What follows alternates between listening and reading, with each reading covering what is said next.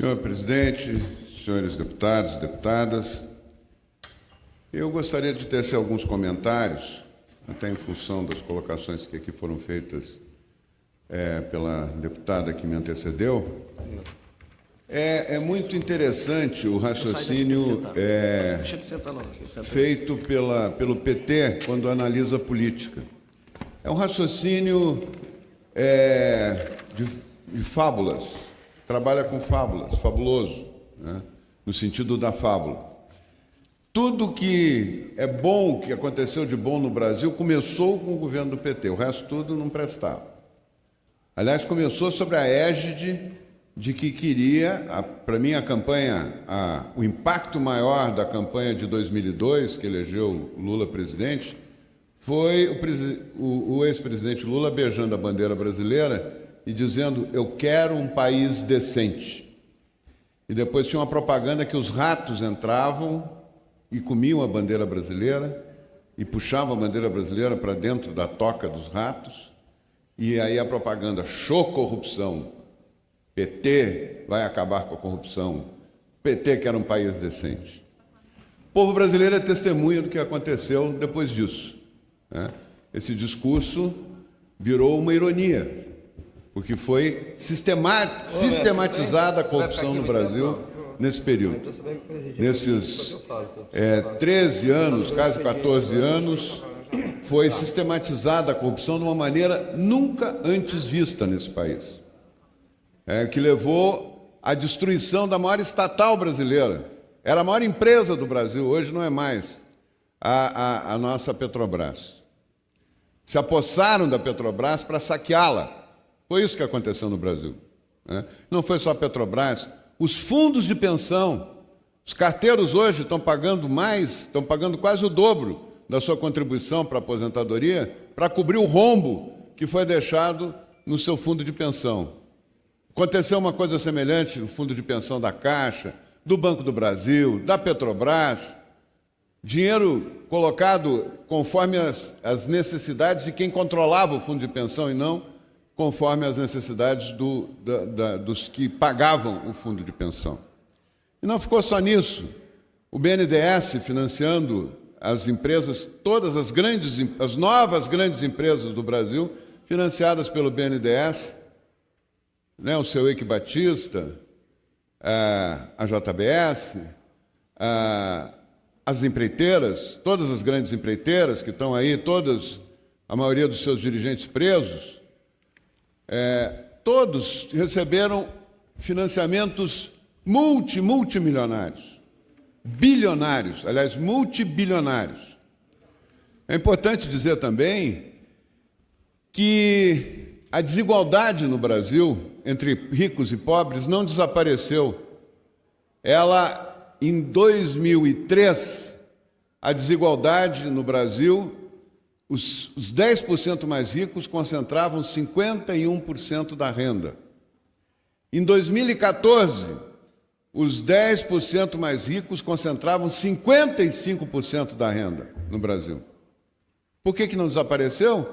Porque os bancos tiveram lucros gigantescos, os maiores lucros da história, no governo petista, Lula e Dilma, uma parte do governo Dilma.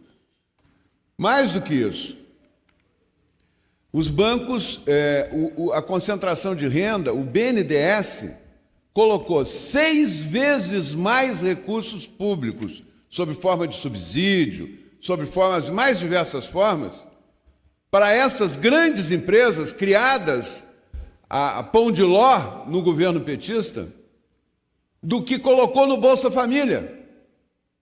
6 vezes mais, eu tenho os dados. Eu, até um mês atrás, era o ministro do Desenvolvimento Social e tenho os dados para discutir com quem quiser. 6 vezes, não tinha como desconcentrar a renda. Não tinha como diminuir a desigualdade no Brasil. Foi um governo que fazia um discurso para a população pobre e tinha uma prática completamente diferente, inclusive uma prática obscura, uma prática clandestina, quando não estava no governo, quando não falava no governo. Eu vou dar alguns dados aqui sobre esse discurso que o PT tenta colar no governo Temer, de que voltou a fome no Brasil, de que voltou as dificuldades no Brasil, que os pobres agora estão sofrendo muito mais. Pois bem, o legado que nós recebemos, quando o presidente Temer assumiu, foi 14 milhões de desempregados, recessão, a inflação galopando. Todo mês, o operário, o trabalhador brasileiro, comprava menos comida em função da inflação. E não foi só o trabalhador. O Bolsa Família, em todo o período petista, começava com um determinado valor, quando dava um reajuste, logo em seguida esse valor caía, ficava negativo. O que a população do Bolsa Família comprava no início do ano era muito menos do que ela conseguia comprar no fim do ano, porque os reajustes não acompanharam. O governo Dilma, nos 2 últimos anos do governo Dilma, a inflação foi 11% ao ano e não teve nenhum reajuste do Bolsa Família. Então a população do Bolsa Família passou a consumir 20% a menos de comida. A linha divisória entre a pobreza e a pobreza extrema, que caracteriza as necessidades da população do Bolsa Família, esta linha divisória, ela prevê que o Bolsa Família complementa a renda de uma família pobre para ela não cair na extrema pobreza. O que é a extrema pobreza? É a incapacidade de colocar comida na mesa, suficiente para repor as calorias que o ser humano gasta todo dia, ou quem trabalha gasta mais um pouco ainda.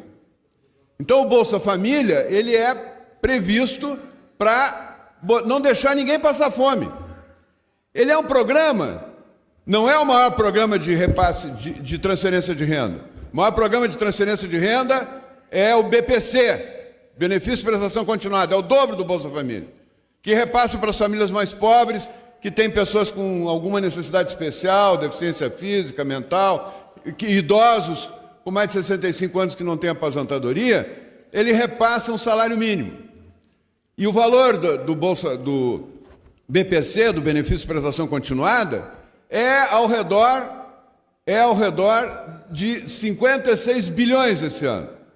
E o Bolsa Família é 29 bilhões. Então é quase o dobro. Só que o Bolsa Família tem mais marketing. Chega para as famílias pobres brasileiras muito mais recurso pelo BPC do que pelo Bolsa Família. Mas o marketing do Bolsa Família é maior, até porque é R$ 180 em média o repasse por família, mas repassa para um número maior. Muito bem. Nós, nesse período do nosso governo, fomos ver o que o Bolsa Família tinha de real, quantas famílias tinha. Descobrimos que tinham milhões de famílias esperando 1 ano, 2 anos para entrar no programa e não conseguiam entrar. E tinha milhões de famílias que tinham renda muito maior do que declaravam e estavam dentro do programa e não saíam. Nós fizemos um pente fino. Tiramos 5 milhões de famílias que tinham empresários, que tinham donos de frota de caminhão, que tinham políticos, que tinham vereadores, prefeitos, que estavam lá recebendo o Bolsa Família. Porque o Bolsa Família é feito num cadastro no município.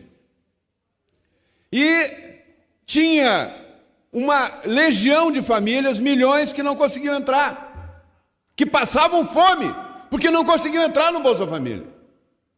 Pois bem, desde julho do ano passado, com o pente fino que nós fizemos, saindo esses 5 milhões de famílias, entrando 3 milhões e 600 mil famílias, o Bolsa Família não tem mais fila.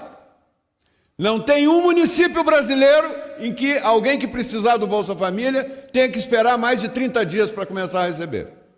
Portanto, se a fome está lá, quem conhece essa situação são os assistentes sociais, são os programas de assistência social das prefeituras, eles estão colocando para dentro do Bolsa Família todo mundo que precisa, para não passar fome. Portanto, não aumentou a fome no Brasil, porque desde julho do ano passado não tem fila e toda a população que precisa está dentro do programa. E quem não precisa, saiu. Quem não precisava, saiu. Fizemos também um pente fino no auxílio-doença, descobrimos 1.800.000 pessoas que estavam há mais de 2 anos sem revisão.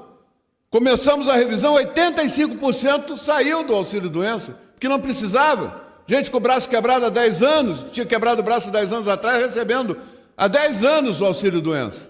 Economizamos 5 bilhões de dinheiro que estava sendo jogado pela janela nos governos petistas.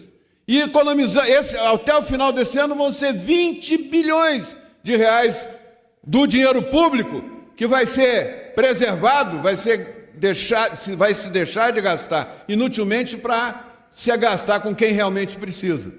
Vai para os aposentados, vai para as necessidades sociais. 20 bilhões, são duas Eletrobras, 20 bilhões de reais, só com o controle que foi feito.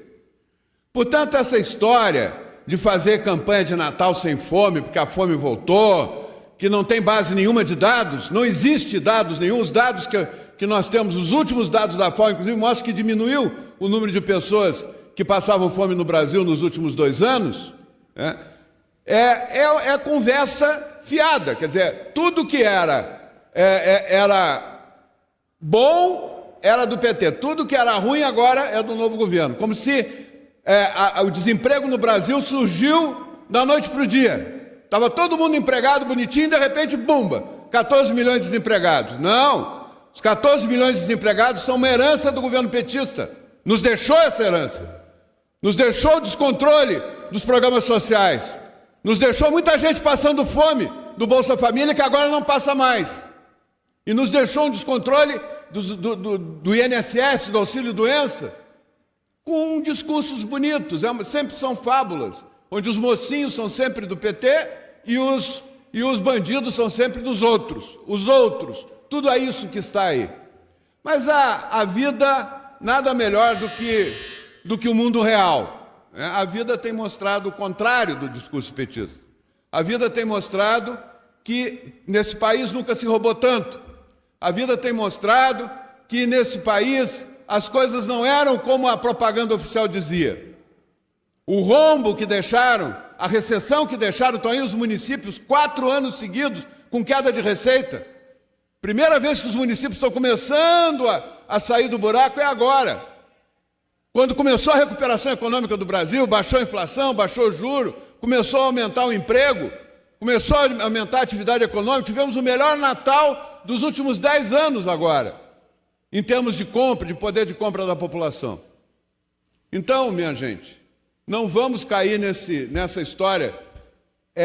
Quem acredita que o Lula é preso político, acredita em Papai Noel, acredita na Branca de Neve, acredita em tudo. Portanto, mais um minuto. Portanto, eu queria dizer aqui para todos os nossos telespectadores da TV Câmara, da Rádio Câmara, todos que estão nos ouvindo, vamos colocar as coisas, os pingos nos is. Vamos mostrar a realidade para a população brasileira. Não vamos ficar inventando história em cima de história para inventar uma história. Nós temos que ter os dados reais, a população brasileira sente isso, não estou aqui dizendo nada que não seja sentido por quem está nos ouvindo nesse momento, e vamos parar de inventar histórias e fábulas para piorar mais a situação ainda do Brasil. A justiça tem que funcionar, a justiça tem que ser implacável e a corrupção tem que acabar no Brasil. E vamos parar dessa história de preso político. O Brasil não tem preso político há décadas. Quem tem preso político é a Venezuela. São os países controlados por esse socialismo bolivarianista que ninguém sabe o que que não tem pé nem cabeça, como seus governantes também não têm pé nem cabeça. Então, vamos parar de falar coisas que não são devidas. Eu tenho os dados para quem quiser, vou postar no meu site, vou postar em todos os documentos oficiais que eu posso ter acesso, os dados da realidade do Bolsa Família, dos programas sociais e da recuperação da economia brasileira. Muito obrigado.